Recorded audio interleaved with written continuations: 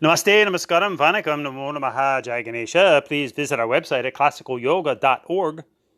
And there is a donate button there if you'd like to help us out. And please stand up for the Hindu, yoga, religious, spiritual, scientific, philosophical lifestyle. Today's podcast, R.I.G, Rational, Introspective, Guru. This is an adjunct to a recent podcast entitled Do You Dig It or Are You Dug In? Exposing the D.U.G, delusional universal gurus.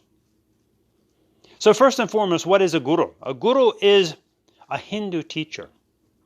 Or in other words, anyone or anything that teaches us within a Hindu context, our Hindu view and our Hindu worldview. Hence, Mother Earth, Bhumi Mata. If we're looking at it from a Hindu viewpoint, that's a guru.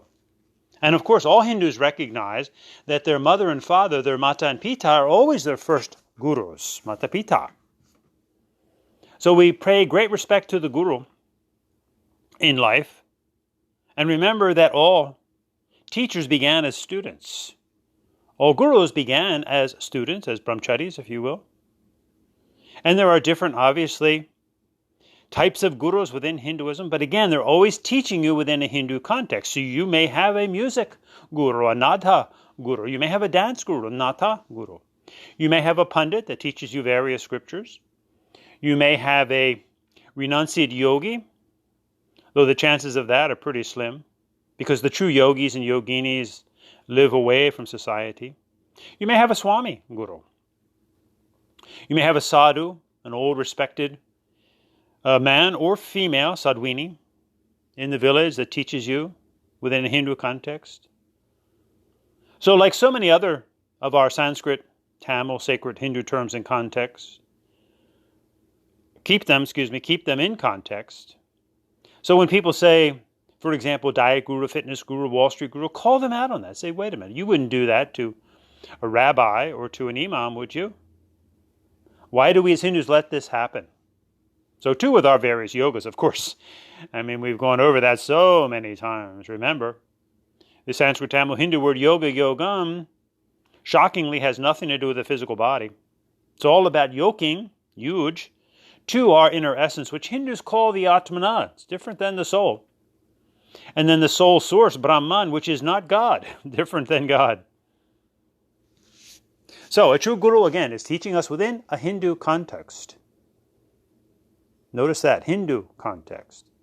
They're not teaching world religions. They're not pretending to be a universal teacher. For this is delusional. Remember that the universalist is the other extreme of the fundamentalist. Remember our Nat principle? The pure, if you will, fundamentalists are those who believe that their religion is the only true one and every other one is false at best.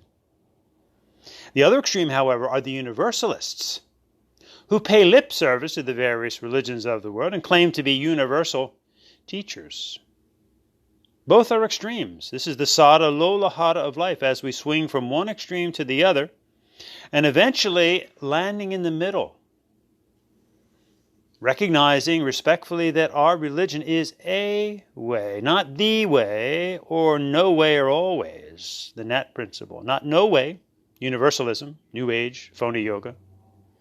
And not the way people, but a way. So we avoid the delusional universal gurus, of which there are many. And we know what the MO is, their modus operandi. It's really to promote their own picture and personality and price tag. And people become immersed in that specific cult, negative cult. Remember, cult's not necessarily a bad thing, but can be a negative cultic experience. And when deluded by that culting experience, the cult leader will pay lip service to the other religions of the world, but they don't want you going back there. No, not at all. They want you staying within their specific cult, claiming that this is the universal way. So just like we often say about the monotheistic traditions, Yahweh bless, God Jesus bless, Allah bless, creates a man-made mess. In other words, with the one real true God, please stand up. The one true religion, please stand up. No, they are a way, not the way and not no way. So, we want to find, and perhaps be one day, a rational, introspective guru, R.I.G. And obviously that's our first scripture, the Rig Veda. And note that that English word rig, it's pronounced the same way in Sanskrit, rig, that can have a twofold meaning in English. Rig can be something appropriately outfitted, if you will, like the rigging on a ship, or it can be a gambling game that's fixed. The game is rigged. The choice is up to us. So too, with a delusional universal guru, or coming out of fundamentalism, we seek to find a rational, introspective guru. In other words, using both the left and the right brains, the rational left brain, analytical, logical, rational thinking area, and then the introspective, the right brain. The soft, intuitive, gentle, creative, introspective nature. A balanced brain, left and right brain. Pingala and Idda. So we start off with respecting the words that we use. Remember Hindus, Rishi Kalidasa said, Vagarta vihiva sampritao. Words and their meanings are ever united like a marriage. And those of you that know the story of Rishi Kalidasa, he didn't start out as a brilliant man. He was anything but. But through his own efforts and the grace of Ma Kali and Saraswati, he eventually became a Rishi, fully realizing that we must keep words and their meanings united like a marriage. Of course, in today's prolific divorce culture, anything goes, sadly. But that's up to us. We don't have to live that way. And the Saiva Hindu Guru Patanjali said, Sabdayananupati vastu sunyo vikalpaha. Just like the Sanskrit Tamil word yoga yogam, that has been totally distorted beyond recognition, so too have the Yoga Sutras of the Saiva Hindu Guru Patanjali. For he said, when you take word knowledge that's devoid of facts, you enter into a delusional state of being, vikalpa. Sabdayananupati vastu sunyo vikalpaha. So if we're going to use words, if we're going to speak, we might as well try to speak accurately. Of course, we also recognize that there's introspective time when we don't speak. Actually, that's a way to keep out of trouble. Because remember, Hindus, Mauna Vakyapara Brahman, the supreme Brahman experience, is found through the oxymoron of silent speech, Mauna Vakyapara Brahman.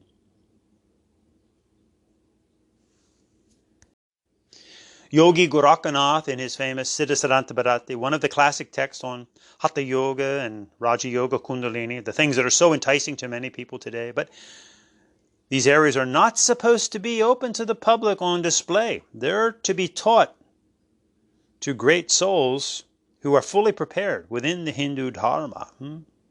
Gopyamasmabi paripasitam subhaktiya mahatmane traloki cha siva samhita. These deep areas of Hatha Yoga. Remember, Hatha Yoga are worshipful postures to Hindu deities. One has to be fully immersed in the Hindu Dharma to fully understand and respect Hatha Yoga. Hara Hari. The worship of Shiva and Vishnu and the moon and the sun, Chandra, Surya.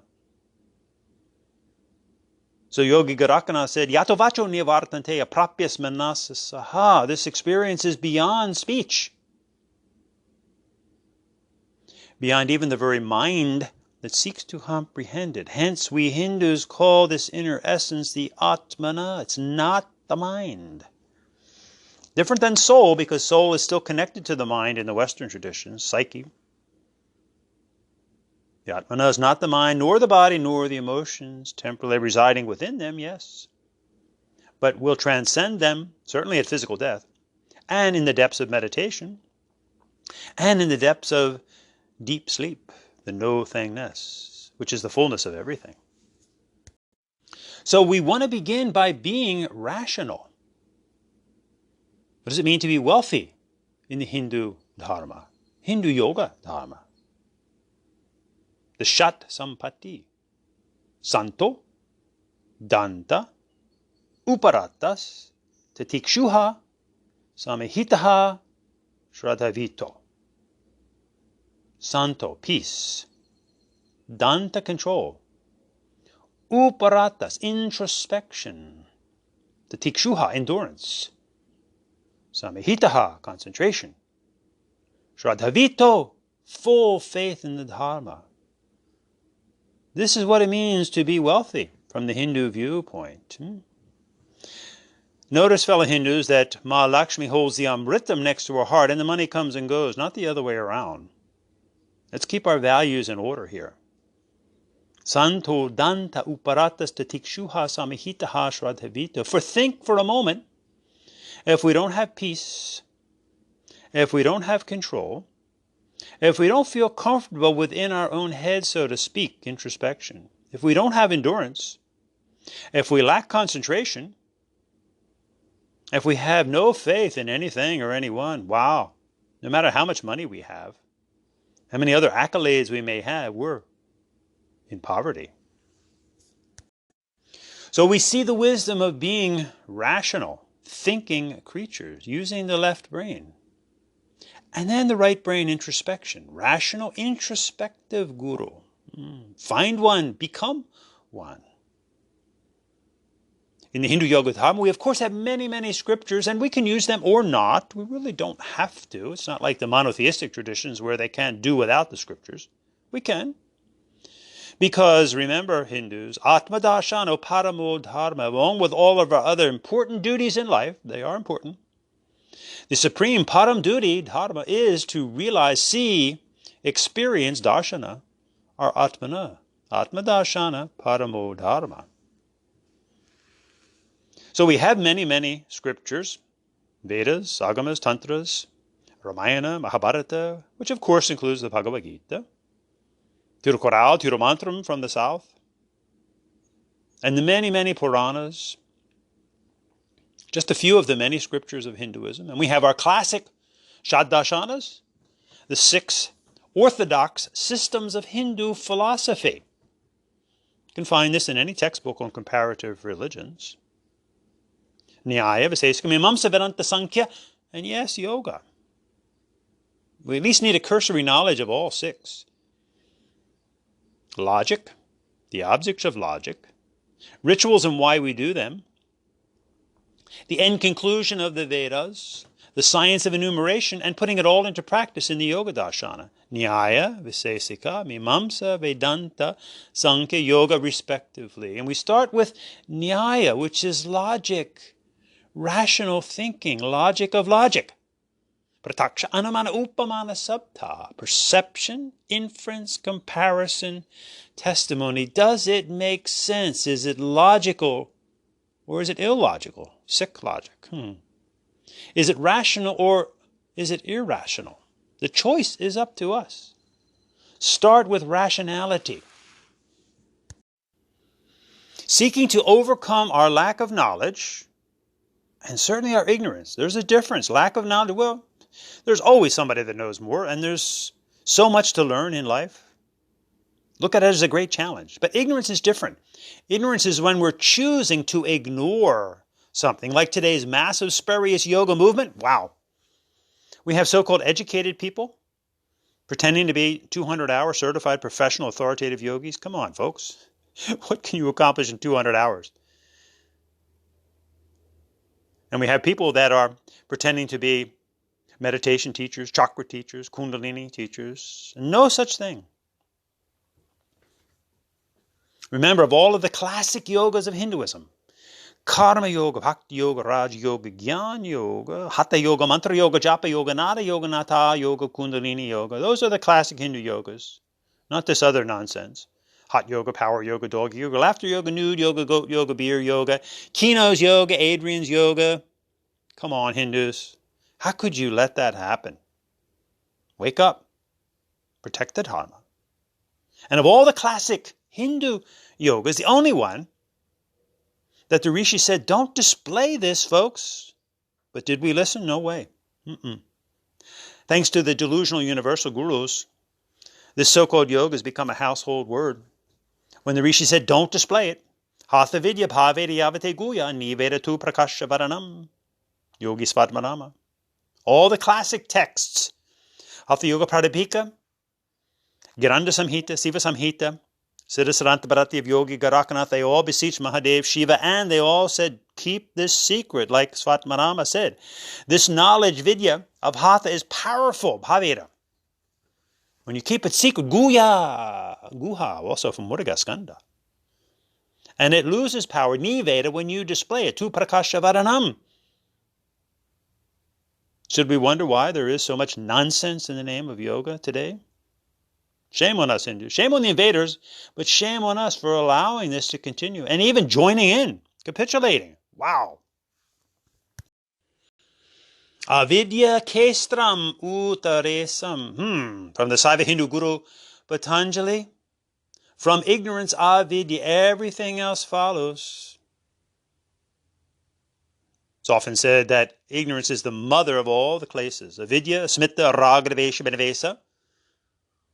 We seek to eradicate these, our ignorance, avidya, our hard ego. We want to refine the ego, not get rid of it, but refine it. Asmita. And ragadavesha.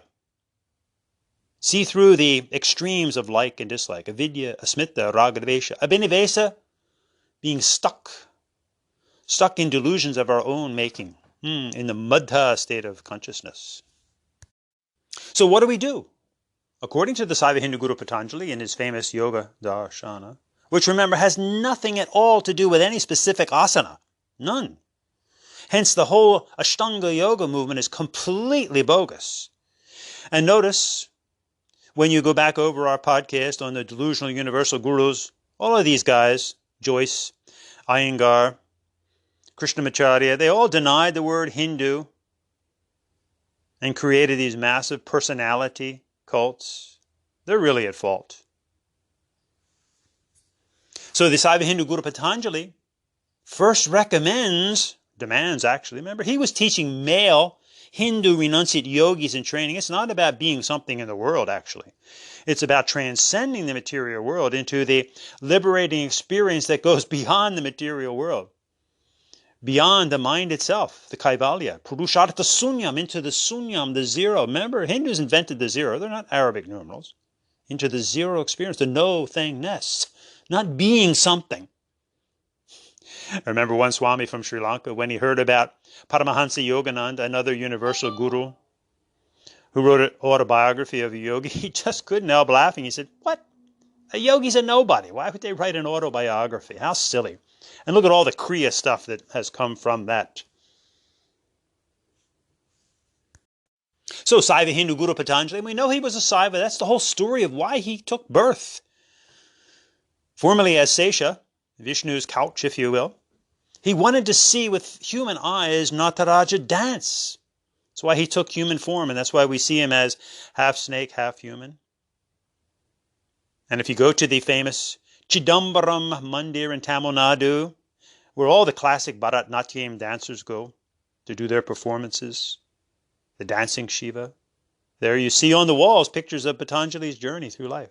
He was a Saiva Hindu Guru, and the first thing he demands of his students is Vitarka, Vichara, Ananda Asmita. First things first. Reason, that's rationality. Vitarka. Judgment, Vichara. Then a true sense of bliss, Ananda, and a purified ego, Asmita. Vitarka, Vichara, Ananda, Asmita. Sa Vitarka, sa Vichara, sa Ananda, sa Asmita. Reason, logic, does it make sense? And number two, judgment. Whoa. What do New Agers say? Do not judge. Which is a judgment, folks. Why? Judgment means the ability to make wise decisions. Do we not want to make wise decisions? Parents, do you not want your children to have a wise decision-making process?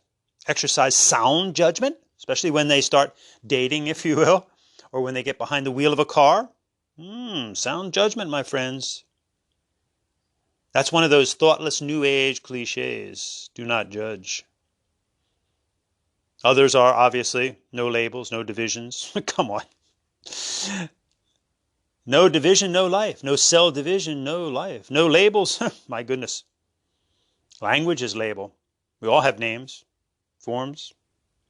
Imagine the ridiculous scenario if you go into a supermarket, a grocery store, and somebody took all the labels off the products. How would you know what to buy?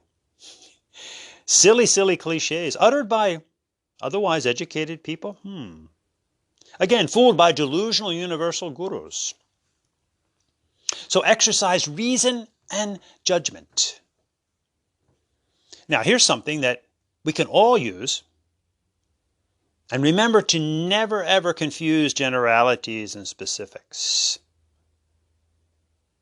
You'll see how clear that becomes as we go through these 5 vital life principles that everyone can employ in their life. Wisdom, judgment, critical thinking, logic and reasoning, generalities and specifics. Now, number 5, generalities and specifics. We often confuse these two. Even high, quote-unquote, intellectuals do the same thing. As the infamous Deepak Chopra once said in an email discussion, very terse, when asked why he uses terms like namaste and yoga and shanti and shakti and chakras, never mentions Hinduism. In his ignorance, he simply said, oh, you think only Hindus have devotion? Do you see what's wrong with that? Devotion is a general term. Words like namaste, shakti, shanti, yoga, chakras, kundalini, these are all specific terms within the Hindu religion, Hindu dharma. And remember, we are Hindus. Doesn't matter if you say Hindu or Hindu. And it's a beautiful word, for it means the worship of the moon, Chandra, and Shiva, and the worship of the rivers, Sarir and the Matajis, and the worship of Surya, which is the red mark, the Bindu of the Hindus, the red sun, the rising sun, if you will, Maya, doesn't rise. And then the inner nectar, the Amritam, the Soma within all of us. This is what it means to be a Hindu. Chandra, Sarir, Soma, Bindu, Shiva, the Matajis, Vishnu. The basic 3 sampradayas that constitute the Hindu yoga dharma. So, fully respecting generalities and specifics, we could call these 5 vital life principles in Sanskrit Panch Ayor Tattvas, 5 life principles. Remember, just like yoga, Ayurveda is all about the Hindu dharma, which starts with bhakti yoga, actually, if you read the Ayurvedic text. First and foremost is the healing method is devotion, bhakti yoga, to the Hindus. Remember, devotion is a general term. Bhakti yoga is specifically Hindu. So, Panch Ayor Tattvas, 5 vital life principles. A great way to start off this discussion is, does anyone here want to be considered unwise? Of course not. So what is wisdom? That's number 1. Wisdom is, by definition, the ability to discern or recognize difference, not sameness. So much for the all is one crowd. No division, no labels. Wisdom is the ability to recognize, discern difference. You didn't marry your spouse, for example, because she or he was the same as everybody else. No, they were different. You didn't join the religion that you're in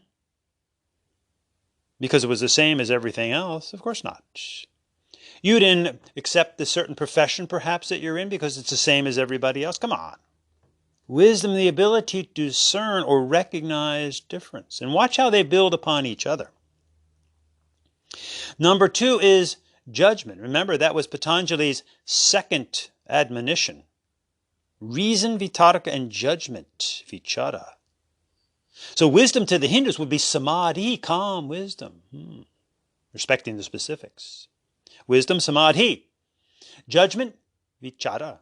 And what is judgment? By definition, the ability to make wise, that was number 1, wise decisions. If we can't discern the difference between things, how are we going to make any decisions at all? Judgment, the ability to make wise decisions. The number 3, critical thinking, which in the Hindu yoga dharma we call vivek. That's where we get the famous Swami Vivekananda from. That's where he got his name from, Vivek. And remember, it's very important when you become a Hindu, you take on a Sanskrit, Tamil, etc. Hindu name.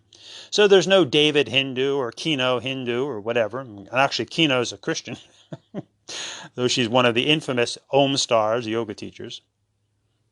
So critical thinking, Vivek. And I love this definition because it's so pregnant with meaning.